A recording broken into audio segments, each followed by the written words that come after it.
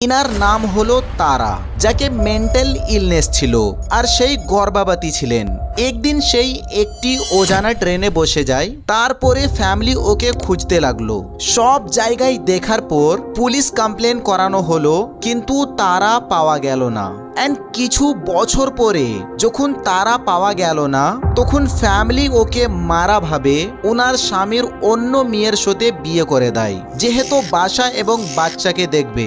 কিন্তু অন্য সাইডে যে ট্রেনে তারা বসেছিলেন, সেই ট্রেন ওকে রাজস্থান নিয়ে চলে যায়। রাজস্থানের পুলিশ তারাকে খুব অসাধারণ পরিস্থিতিতে দেখে, তাই পুলিশ ওকে রাজস্থানের আপনা ঘোর আশ্রমে ভর্তি করে দেয়, যেখানে তারার ওষুধ এবং 2 মাস পরে বাচ্চা হলো।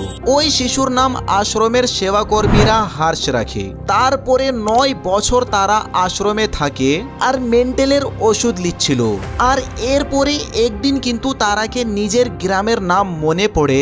তারা বলেন নরাংপুর, ছত্তিশগড়। তারপরে আশ্রমের সেবাকর্মীরা পুলিশের সহজে তারার সম্বন্ধে জিজ্ঞাসা করে, আর কনফার্ম হওয়ার পরে তারার বড় বেটা এবং স্বামী আরো ফ্যামিলি আশ্রমে আসে এবং তারা কিন্তু নিজের বড় বেটাকে শনাক্ত করে নেয়। আপনা ঘোর আশ্রমের সেবাকর্মীরাও এটা দেখে কিন্তু খুব ইমোশনাল হয়ে যায়, আর তারপরে প্রপার ডকুমেন্টেশনের পরে ওকে ওর বাসায় ফিরে দেয়। এখন এই আশ্রমটি এত ভালো কাজ করেছে যে তোমরা এর জন্যই ভিডিওটিকে লাইক আর চ্যানেলটিকে সাবস্ক্রাইব তো করতেই পারো।